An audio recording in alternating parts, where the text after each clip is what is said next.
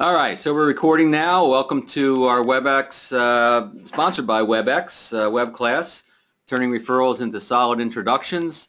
Yes, indeed, referrals aren't enough anymore. In fact, sometimes I like to say that referrals are worthless until we get connected to our new prospect. So a few thoughts here as we get started. People still logging in.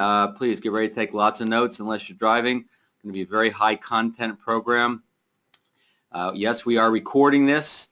And I will send you the link not too long after this is done, sometime this afternoon. We will not be sharing the slides, but I will be sharing the recording. And from there, you can certainly fast forward to any slides that you want to capture, screen captures, et cetera, et cetera. So, and we're going to go about 45 to 50 minutes, give or take. Depends a little bit on the questions that come in.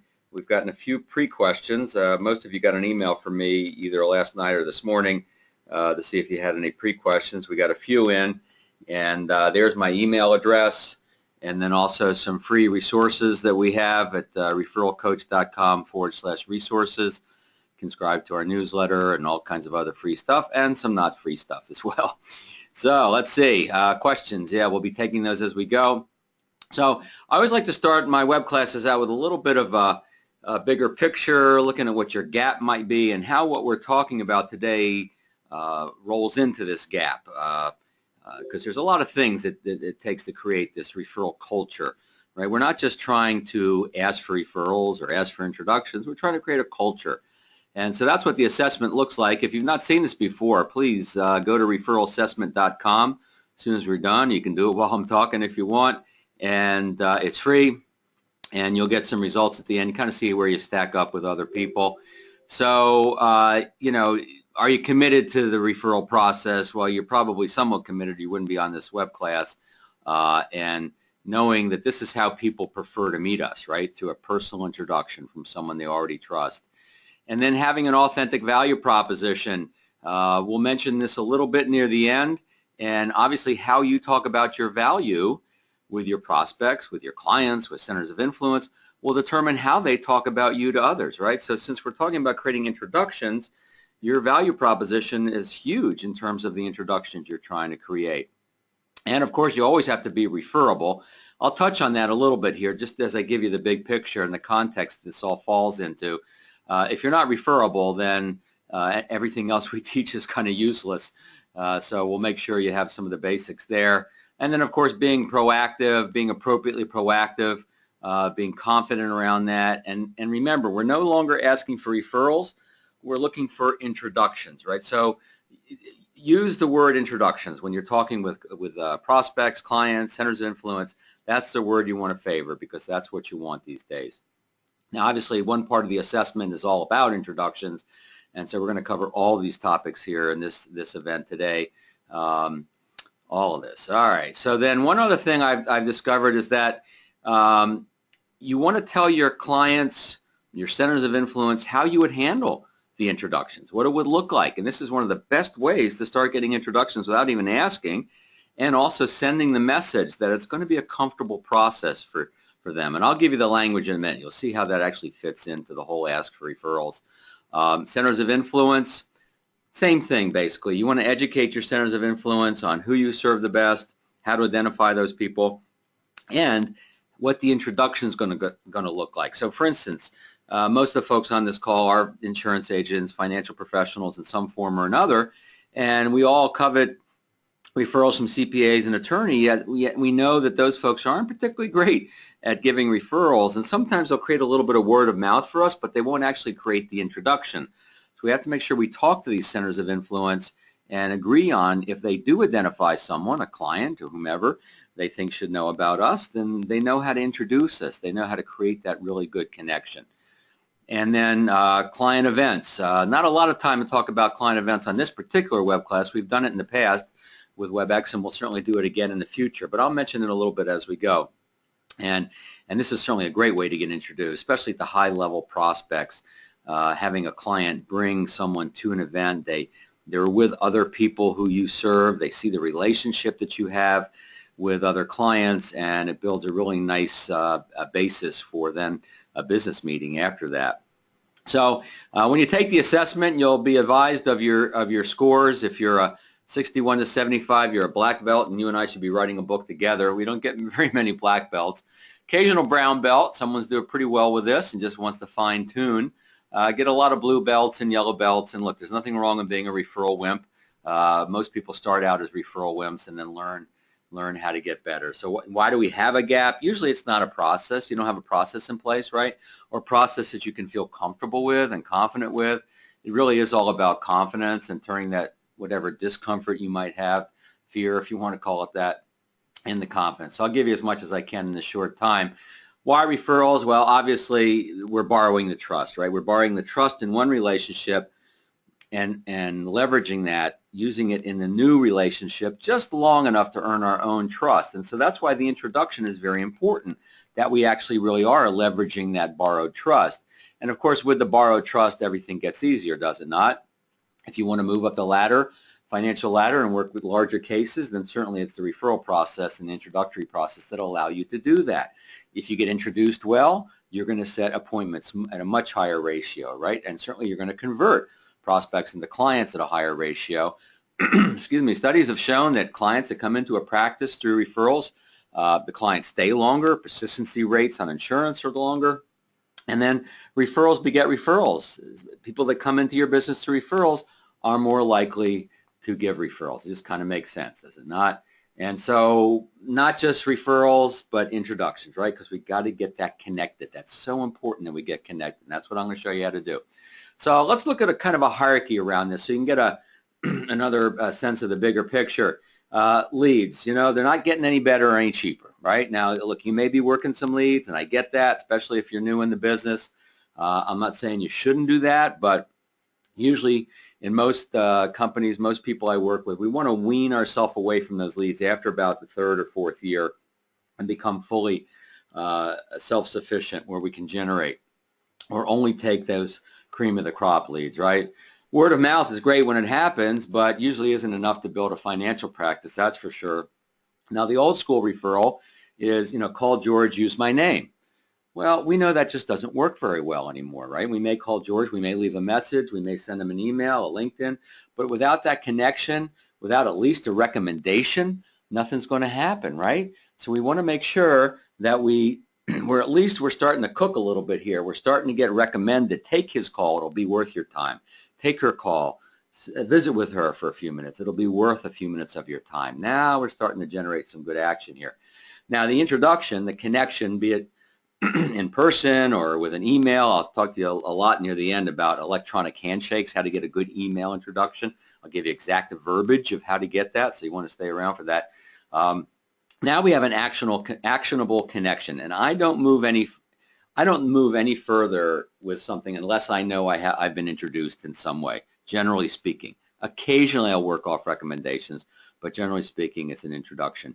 Ultimately, we want to create advocates for ourselves, right? So here's what an advocate will do. An advocate will create this sense of recommendation, take her call, take his call, at least hear their story, right? You know what that's like when a client does that for you. And then they'll pay attention to the introduction. They'll pay attention to the connection. They'll make sure that the introduction goes through. They'll check with you. They'll check with their friend later to make sure it's gone through. So that's what we're really trying to create here, right? And look, if you're like anybody else I've worked with, you're sitting on a huge opportunity. This is rough numbers.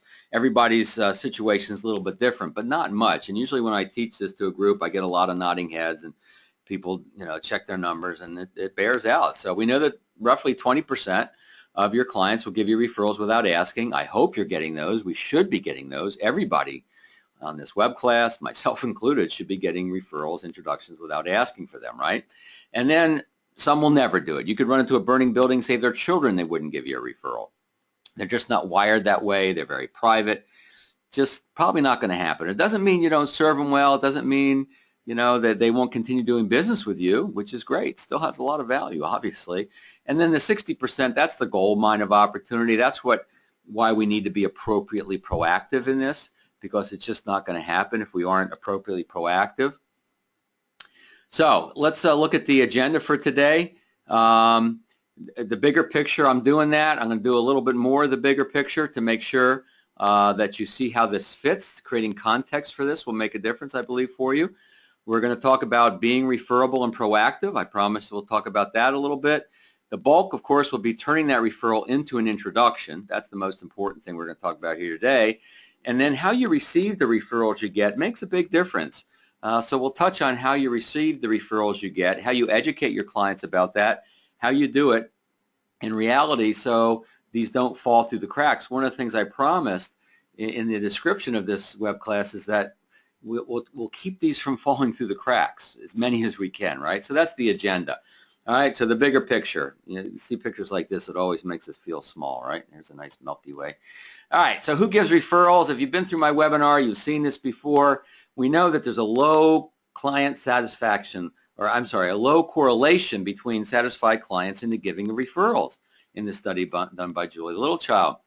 So she identified engaged clients, right? 100% loyalty and 98% in her study gave referrals in the preceding 12 months. So who gives referrals? Engaged clients.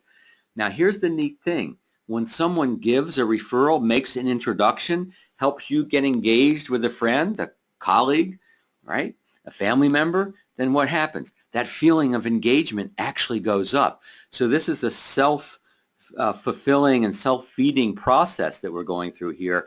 We know that it's engaged clients that give referrals, and when they give referrals, they become more engaged, and it just gets easier and easier and better and better. So what do I mean by engaged? Well, your prospect, your clients, they understand your value, they see your value. And look, you're doing this already. That's when a prospect turns into a client, when they see your value, right? And they feel good about you. They trust you. They like you. You don't have to be bosom buddies, but they like you. They trust you, right? All things being equal, people do business with people they like. All things not being equal, people still do business with people they like. So what we want to do is just be more purposeful around this all the way through the relationship. So I'm going to give you 3 words. It'll make a big difference for you here. Engagement. We'll talk a little bit more about this because we got to make sure you're referable. We'll talk a little bit about leverage because I'm going to show you how parts of our system around leverage actually sets up a better introduction if you do it properly. And then connection. And that's what we're going to mostly focus on. But here's the neat thing. When you get connected in the right way with this new prospect and you bring a little value on the front end and they engage with who you are, then this thing just starts moving. And it becomes really a perpetual flow of good quality, just the right kind of prospects you want coming your way if you work the full system. And if you're working leads now and you're kind of tired of it, don't worry, you don't have to if you follow this system. So I'll give you glimpses certainly of it today. So let's talk a little bit about becoming super referable. And by the way, I haven't seen any questions come through. I'll try to pick some of them off as we go. If you got on a little late, yes, we are recording this. No, we're not going to share the specific slides, but we will share the recording with you, and then you can certainly fast forward to the slides. And you can also take screenshots as we go. So there's 3 basic places to become more referable to create this sense of engagement. The first place is what I call the prospect experience. You could call it the sales process. But nonetheless, it's the experience that your prospect goes through where you provide that value, where you connect on a personal level. And you not only are you becoming, or not only are you making the sale, so to speak, are you bringing on a new client, but you're doing it in a way that becomes referable. And that's what we need to do. And one of the best ways to become more referable in the prospect experience is to talk about your personal why. If you've been on my web classes in the past, you know about the client-centered personal why, talking about the work we do, the value that we bring in a client-centered perspective. I was doing a coaching class, coaching call with a couple of gentlemen last week, a partnership out on the West Coast, and they were talking about their personal why, but it was more why they got in the business, but it wasn't really client-centered. And then I said, well, you know, what do you like doing with your clients? What makes you a little different? And they started talking about their unique value proposition, and they got really excited, and they became an RIA, right? They became a registered investment advisory. And they were excited about that, and that's their why, right? And now they're sharing that with their prospects, and they're closing more business because of it. The new client experience, this is the onboarding process. Do you have an onboarding process? I hope you do. Now, the neat thing in financial services, there's usually a deliverable, right? There's an insurance policy, there's a financial plan perhaps, and we want to make sure that we deliver that value, that onboarding experience, so people really do feel onboarded. They feel special. They welcome them into into the family. This is usually where you get other people in your practice or your company. If you're working with other folks, they reach out to your new clients as well, and they just feel onboarded. Makes you super referable. And of course, your ongoing client service promise, making sure you're delivering that promise. And remember, all along the way, we're engaging in the level of value. We're servicing people quickly. We're teaching them. We're educating them. We're answering their questions. We're asking good probing questions, getting them thinking. And we're building those business friendships, because when you build those business friendships, you're going to get even better introductions. I think you can see all of this feeds into the getting the better introduction. So let's touch on leverage real quick. Being appropriately proactive. There's two basic ways to be proactive. One is planting seeds, right? Promoting referrals, introductions. I have a dozen different ways you can do this. I'm going to give you the main one right now that actually applies to the introduction, because that's the focus today, right? So you want to teach your prospects or clients how you like to be introduced, what it would look like, how you'd handle it so they feel comfortable. We know that the two objections that keep people from giving referrals, our clients, is that they're concerned about confidentiality, and they're concerned about what is it going to look like. It's an unknown, right? Are they going to give you the name and phone number of someone and you're going to, bug them and embarrass them? No, you probably won't do that. Hopefully you won't do that, but they don't know that unless you talk to them, right? So it goes a little something like this, and you can get the recording, you can get the verbiage on this, and it's real simple. It's George, before we're done today, I just wanted to run one thing by you. We get a lot of our clients like to introduce us, the work we do, to other people. And I just thought if that opportunity ever presented itself to you, it'd be good for you to have a sense of what it would look like, how we'd handle it, so you'd feel comfortable. First of all, the work we do is certainly completely confidential. They're not going to learn about your financial situation from me, or vice versa. Even with close family members or friendships, we don't cross this line. We can't cross this line, so you don't have to worry about that. Second of all, we handle this sort of thing with great care. What I mean by that is if you identify one or more people you think should be aware of what I do and deserve to make an educated decision as you're making here today, or as you've made with me over in the past, talk to me about that, and we'll craft together. We'll craft an approach that feels comfortable. Perhaps you'll reach out to them with an email and you'll introduce me that way. Heck, if we can play around the golf at the club, or we can meet for a lunch or something like that, that'd be great as well. But whatever we do, we'll make sure it's comfortable for everybody. How's that sound? And your client says, well, that sounds great. Now, I haven't asked for referrals or introductions, but you've covered the two most important things, that confidentiality and what the introduction will look like. And now that starts to play in the minds of your clients. And so when you bring it up later, they know that you're going to handle it with care, right? They're no longer afraid of this process. So this is one way to promote referrals, introductions, right? We haven't asked yet, but we're setting up the right way to get introduced down the road. And sometimes this will create introductions without even asking. Don't be surprised.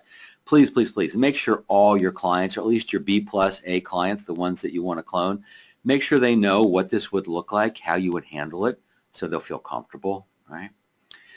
So now let's talk a little bit about asking and my VIPS method. We're not going to focus on the whole thing right now. That's for another web class we've done in the past. We'll do it again. But we do want to focus on the V. The V is the value discussion. I want to focus on this because the value discussion will inform the introduction. When you start to turn that willingness to refer into an actual connection, introduction, how they respond, what they talk about in this value discussion will be fuel for that, right? It may be the reason for them to introduce you.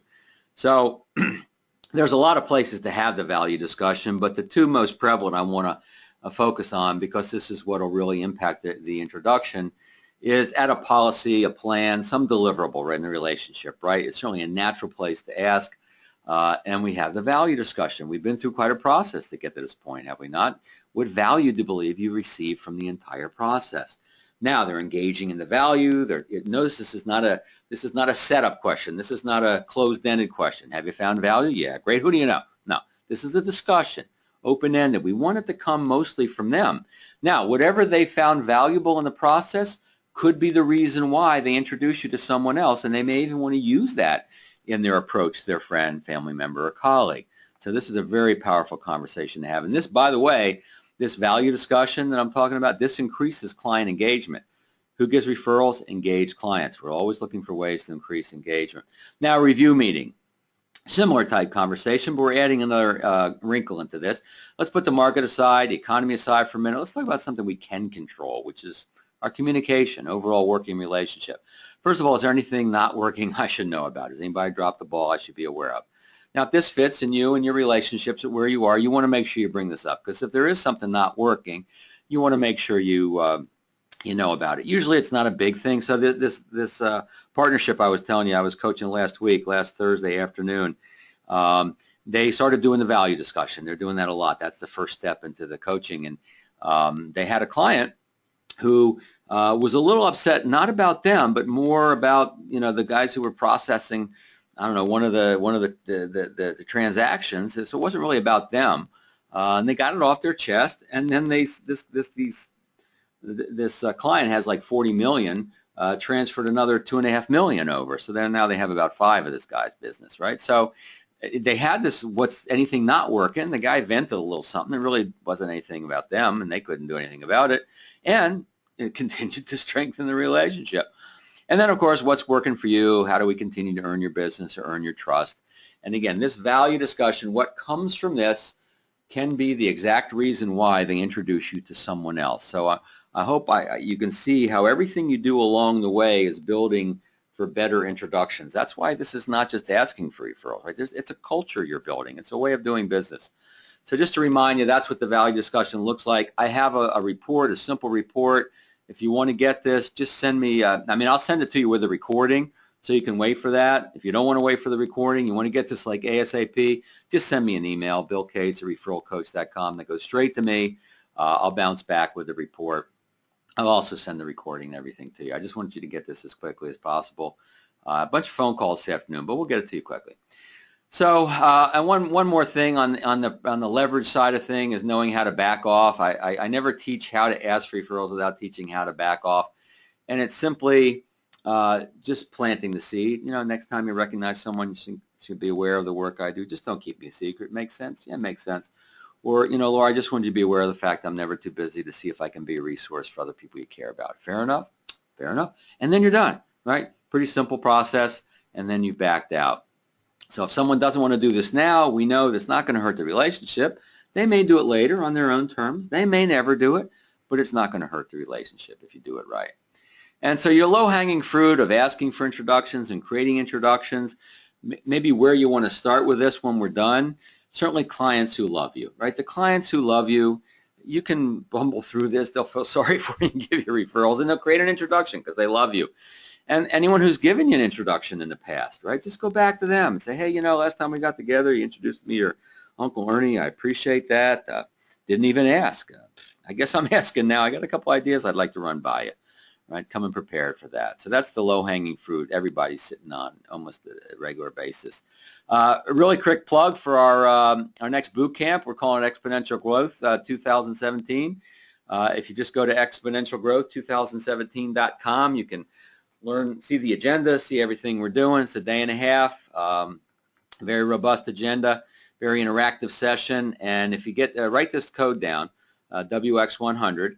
That's the promo code for anybody coming through the Insurance WebEx funnel, if you will, and you'll save $100 off the tuition. We have early bird is still available, referral buddy tuition, all that. So let's get into the connection, shall we? So I think you can see now why we had to build some context for this. It's very important that you see how this fits in the overall process of my system. So when the Food and Drug Administration is evaluating a drug for the market, what's it looking for? They want to know the drug is blank and blank. That's right, safe and effective. Is it safe? Is it effective? Well, guess what? That's what we want for introductions, is it not? We want to make sure the introduction feels safe to everybody, feels comfortable to everybody. Again, some people are afraid we're going to, you know, hound their friends. No, we're not going to do that, but they need to know that. And obviously, we want that person, that prospect's interest to be piqued a little bit, right? We want them to be receptive to talking to us, so we want it to be effective at the same time. So here's some thoughts about getting the introduction. I'll give you some specific verbiage in a minute. So you want to be assumptive. I don't think you should be assumptive in terms of someone's willingness to make introductions or give you referrals, but I think you can be assumptive around the introduction. In other words, someone says, yeah, I can introduce you to my brother George. Great. Let's talk about what that might look like, or just be assumptive. How would you like to introduce me to your sister and brother-in-law? You know, my guess is your colleague, those couple of colleagues at work, would prefer to hear from you before they hear from me, don't you think? Sure. So let's talk about what that looks like, right? So we're collaborating together. We're making sure, and we're making it about protecting the relationships, and that's what people want. People want to protect the relationships, and so we make it about that. You got to believe in your value, and the reason I put this in this slide is because this is where this process can fall apart sometimes. And so the one that goes after this is kind of related. You got to take your time. You got to slow down. This is coming from that perspective of serving other people, bringing your value to other people. So you want to make sure that you get a good quality introduction. And look, sometimes we run out of time. I've run out of time sometimes. I'll call the client up the next day, or I'll shoot him an email. I'll say, you know, I was getting ready to reach out to George, and I realized there's a few more things I need to learn before I reach out to make it a relevant conversation for him. Can we pop on the phone for 5 minutes to round this out? Or I might even do it with email. Take your time, turn it into an introduction. Now, there's two types of research you want to do for your prospects. Clearly, the more you learn about your prospect, the better reach out you're going to have to them, the more relevant it's going to be, the more compelling, impactful it's going to be. And you can do cold research, this is like without the referral, meaning you go on their LinkedIn profile and look up a few things, and you go or their website and look up their bio on their company's website, whatever that looks like. You do a little cold research, and that's good. You want to have that information. Whenever I reach out to someone on LinkedIn or someone reaches to me, I'll usually look at the profile if I have time, and I'll make a comment about that because we want to make it personal and relevant. But then there's the warm research, and this is what can only come from the referral source, where we're learning about their personality. Here's the best question to ask, though, right? This is something, and this will inform the introduction, right? What's the most important thing going on in their life right now, in their business, in their life, in his life, her life, their life, whatever it may be? What's on their radar now, that this prospect or prospects? And of course, if you can tailor the introduction and your follow-through of that introduction based on this, whatever is really important to them, then you're going to have a more relevant and compelling introduction, are you not? You're going to spark their interest. It's going to be more effective. And since you deal with money, and money interacts or intercepts with every aspect of our life, you can usually create a pretty compelling reason for them to reach out to you. But you want to talk to your referral source about this. If you forget to ask this and you're getting ready to reach out, just shoot an email or a text or call your client. By the way, I forgot to ask you, what's really going on in their life right now? What do they most focus on? They'll talk about their kids, their business, their vacation, their retirement, whatever it is, and try to tie it into that. And you've got a very strong introduction. So further collaboration, in person obviously is a great way to get introduced. If you can get introduced in a social event, if you have a client appreciation event, they bring a guest, that's terrific. See, remember, we're trying to create engagement on the level of value and engagement on the level of who we are as individuals. And if you get a chance to meet with a prospect over a meal or around the golf or something like that, now you're engaging on the level of who you are. You're quite often not talking much or any business, but when you do talk business later, you started off at a higher level of who you are. Certainly email handshakes, electronic handshakes are the most prevalent these days, certainly the most efficient. Helps you with the do not call regulations. If you're calling a home phone, then they bounce back and say, sure, give me a call after dinner or whatever. Now you've got a do not call safe introduction. And then you want to talk about what is the referral source going to say. Now, this is where this value discussion comes back into play, right? Now, you told me that you really appreciated the fact that I opened your mind to some new thinking, and we pointed out some weaknesses in your retirement planning and you didn't even realize you had. Do you think that might be relevant or a factor for George and Laura? Yes, no, maybe, right? You just talk, whatever it is, whatever the value they found, that could be the reason, right? Or, that what's going on in their life that's most important to them, right? Can you see how the work I do here would impact, how they're caring and their love for their children, or their children and starting to go to, secondary education in a few years, or whatever is going on in their life? You make this happen, right? And then another related one is, how do you think the prospect will react? What do you think she'll react? How do you think she'll react to this, right? Do you guys do this sort of thing pretty regularly? Do you introduce other folks? Yes, no? And so you get a feeling for how to handle this. Now, here's the good news. When you spend a couple of minutes, and this doesn't take a long time, but when you spend a couple of minutes with your referral source about this, talking about what this connection is going to look like, your referral source gets more committed to actually making it happen. It really increases the commitment to creating a really good introduction. They see the importance that you treat it, right? You're treating this whole thing with importance, and so now they start to treat the whole thing with importance as well, and you're going to get a better one. It's not going to fall through, or it's less likely to fall through the cracks. Always agree on a time frame. A lot of people forget to do this, or they wimp out when it comes to this. Today's Monday. When do you think you'll have a chance to talk to him? Well, we're playing golf on Saturday. I'll make sure to bring it up then. Sounds good. So I'll follow up with you on Monday. Perfect. All right, so now we got a plan. We have an agreement. It's going to increase the chances of it not falling through the cracks. Now, if I know my clients talking to their friend on the golf course on Saturday morning, on Friday, they're going to get an email from me. It's going to say thank you for the introduction to George, to see if I can be a resource for him. I'll call you Monday as we agreed. So now I'm reminding them, but with a thank you, right? I'm saying thank you, and I'm reminding at the same time. And this is how we can minimize these falling through the cracks. Is it going to keep them all from falling through? No, of course not. Sometimes people just don't do what they say they're going to do, or they feel awkward when push comes to shove. By the way, an email introduction, which I'm going to give you an example of in just a minute, is a nice fallback position. If someone wants to talk to their friend and they just can't seem to get around it, or the golf game gets canceled a couple weekends in a row because of rain, say, look, I know you want to talk to him first, and I get that. We want to make sure this feels comfortable for everybody. What if you shot him an email, included me in on that, maybe a little email handshake, and we could go that way. And they go, oh, yeah, okay, that sounds good, right? So sometimes they want to talk to their friend, but it just doesn't happen. All right, so we make sure that the email introduction could be the fallback position, right? All right, don't forget to ask some questions, guys. We're getting closer to the Q&A time. So compelling, relevant, right? I'm writing a new book, and the book is called Radical Relevance. And I'm not going to dwell on it right now, but what I am going to tell you is that this is what we need in our value proposition. We need to make sure that we always have a relevant message. So the introduction needs to be relevant, right? Otherwise, the prospect's not going to take any interest in it. And if you find out what's going on in their life that's important to them, well, now you're making it relevant, right? It also has to be compelling. It has to move them to action. It has to move them to set up that call with us or set up an appointment with us. And so I'm going to give you a new word. We're going to work with this word just for a minute to have a little fun, and that's compellent, meaning you got to get a compelling, relevant introduction, right? Compelling, relevant introduction. It's got to, like we said, what's going on in their life that's important to them. How do you think she'll respond to this introduction, right?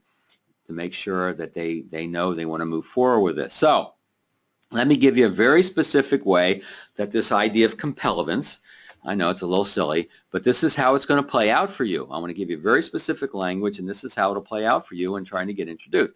So here's a hypothetical email handshake, all right? So let's say your friend is introducing you to someone, right? They may say an introduction for you, right? Then you're CC'd on this, right?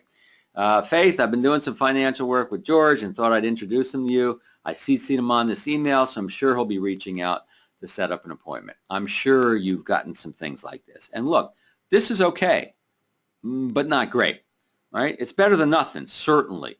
And you can follow up pretty quickly with an email and say, based on George's recommendation or Bob's recommendation, we'd love to see if we can, bring some value to us. That's better than nothing. But let me give you a compelling one. Let me give you a more compelling and relevant one. So you want your referral source, and you teach referral sources how to do this, by the way. Faith, meet George Smith. In other words, you say to your referral source, if Faith was right here in the room, just walked in the room, how would you introduce me? Well, you'd probably say, George, I want you to meet Faith, or Faith, I want you to meet George, right? Yeah, so let's do that in the subject line, right? Okay, that way she's more likely to open it in the first place. Faith, I want to introduce you to George Smith. After I had that conversation about a retirement, not running out of money, it got me thinking. George knows more about a retirement package than our HR department, including the holes in that package. I highly recommend you meet with him. He will undoubtedly open your eyes to some new and better possibilities. And then the handshake continues, right? Faith, meet my colleague, or George, meet my colleague, Faith. Faith and I work together. We're both due to retire close to the same time. She's much smarter than me, so she'll pick up on your ideas much faster, right? They're friends. They're going to have a little fun with this sometimes. So let me show you the compellents, right? So running out of money, emotion, compelling, right? We know that people take action based on emotion, so running out of money. Retirement package, right, that we've been talking about, that's the relevance to this conversation. Holes in the package, compelling, emotion. Recommend you meet with him. That's a little bit of both, right? Someone they trust recommending. I say that's relevant and compelling a little bit. You know, Faith and I work together, relevance, close to retiring at the same time, relevance, etc. So this is how we craft it better. Now you can have one of these all kind of crafted out and send it to your referral source. Say, you know, you'll have to change the names and change it, but this is an idea of what I'm looking for, something like that. Could you do that? Yeah, happy to do that, right? Now, let me take it one step further. What would your response to this introduction be? Now, the one thing we have to be careful about when we get introduced to folks, particularly in an email like this, is we don't want to do too much too fast. We don't want to have too big of an ask. We want an easy yes from this prospect to start the engagement. So you're just bouncing back, right? So it's going to be RE: Faith meet George. You just bounce back. And then say, you know, George, thank you for such a nice introduction. Something quick, simple, easy. George, thank you so much. Faith, well, George has told me nothing about your specific financial situation. Always a good thing to do, right? Because Faith could be wondering, what did he say about us? You know, from what I know about your company's retirement plan, there are a few weaknesses that you want to make sure you handle sooner than later, right? Compelling, interest, sowing a little bit of a seed of uncertainty, because you've gotten such a nice introduction from George, right? Based on George's recommendation, may we schedule a brief 10, 15-minute phone call to see if it makes sense to talk about this further. If so, I'll send some options for you to consider. This is pretty typical what I do when I get introduced. We're looking for an easy yes, brief, right? A brief 10, 15 minutes. You have to get good at this. You have to start creating these 10, 15-minute phone calls where you can really reach out to people and they'll say yes to these things. And then, sorry, I'm just doing a little something with the dashboard here. And then you can, it's an easier yes, and you're more likely to have it. You have this 10-minute phone call. You talk about what's going on in their life. You talk about how what you do relates to that. Based on George's recommendation, it sounds like it'd be at least worth a little bit of our time to get together, see if I can be a resource for you, right? Don't try to go too far too fast. When you get introduced with email, usually trying to set up an in-person appointment, for most people it's too big of an ask. It's too big of a commitment. And this is where you start to get resistance and inertia starts to set in. So in a second, I want to talk to you a little bit about how you receive the referrals you get, because that'll also impact whether these fall through the cracks or not and you get a good introduction. One quick reminder about our Exponential Growth Bootcamp that's coming up. Just go to Exponential Growth 2017. You can look up the whole agenda, what we're going to cover, value proposition, becoming super referable, becoming appropriately proactive. We have follow-up coaching calls. It's a full immersion into our process. And you save $100 with the promo code WX100.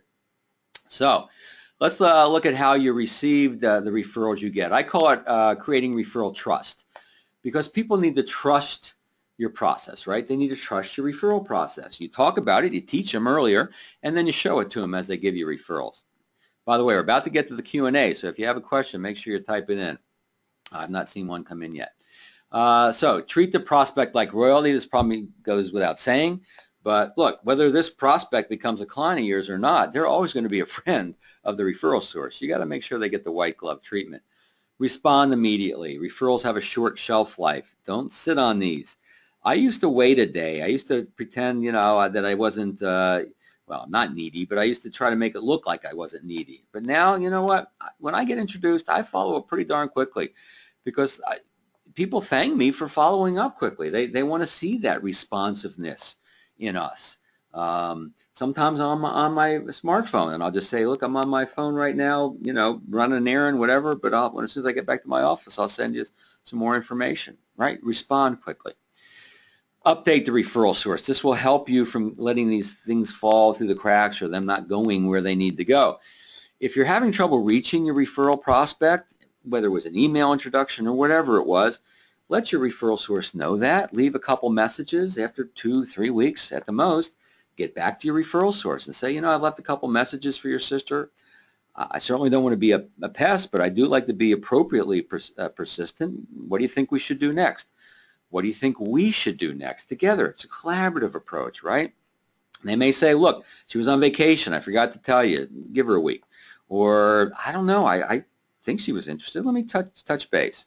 Or they'll say, look, if she's interested, she'll tell you. I certainly don't want you to bug her.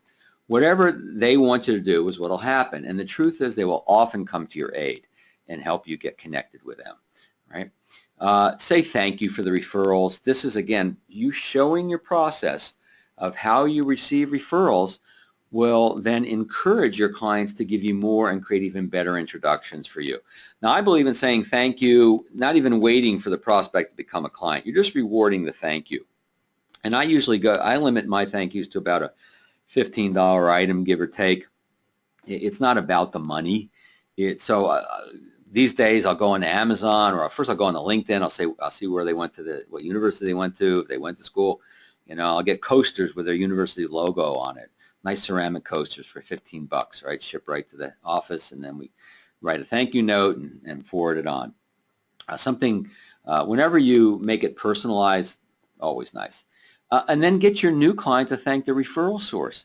This brings it full circle, and people are seeing how you actually create this, and they feel good about this, and they see the way an introduction is supposed to work. When are you going to see George next? I'll see him, I don't know, in a week. Great. We thank him for both of us. He needs to know he did a good thing here. If you get a thank you email or a thank you note from your new client, and you get those sometimes, right? Hey, today's meeting was eye-opening. Thank you so much for taking the time. That's great. By the way, would you mind if I sent your email to George so he knows that he did a good thing? Oh, yeah, certainly do that. Right? You got to get permission to do that, of course, but let them know. Let your referral source know that it's working. Get the new client to say thank you. So this is the essence of our system, guys. Let's see if we have we had some pre-questions coming in.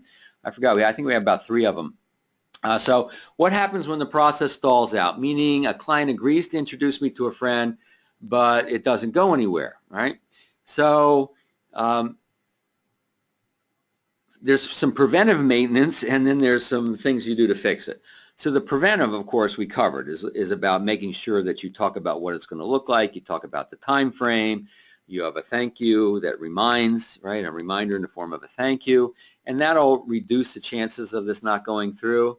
But I'll tell you what to do by way of a story. I was coaching a guy, actually, the coaching program finished about a month ago, and he had I'll never forget, he had a client, was going to give him or introduce him to 5 people. And he checked back with his client a week later, hadn't been done. Checked back a week later, hadn't been done. And I said to him, just see if he's had second thoughts. And so he says, George, I appreciate and George is my, default person, if you haven't figured that out yet.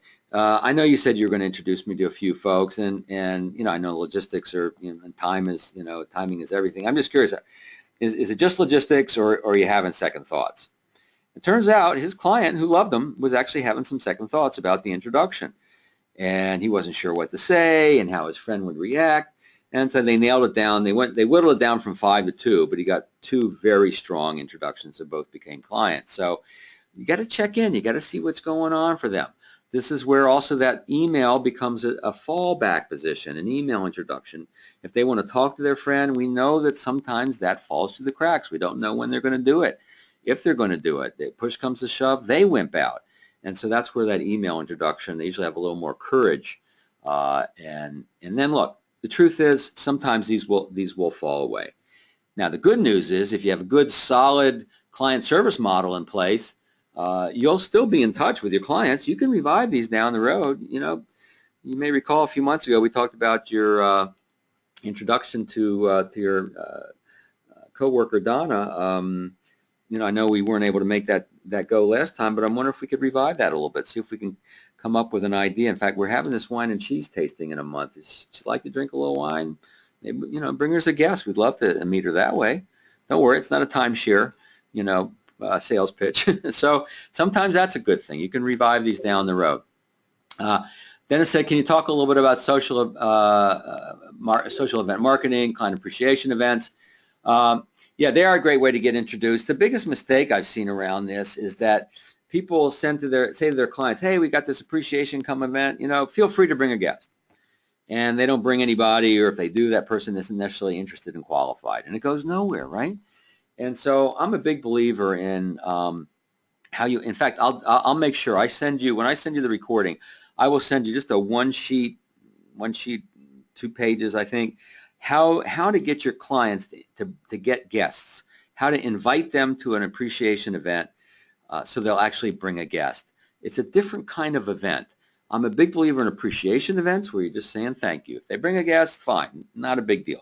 But if you really want to bring a guest, you got to do it in the right way. So I will send you that that introduction language when I send you the recording.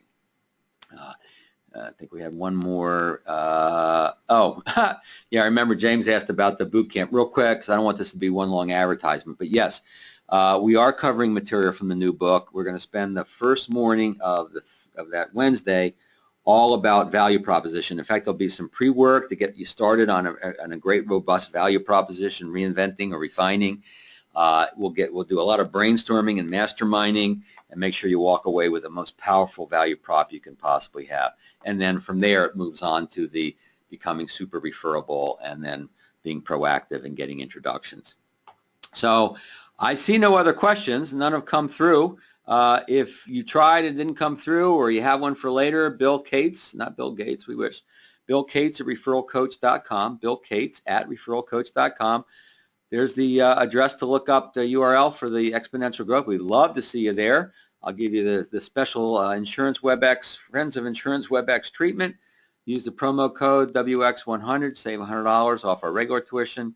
And we got a question coming in while I'm yakking, right? Do you recommend people take out their address book?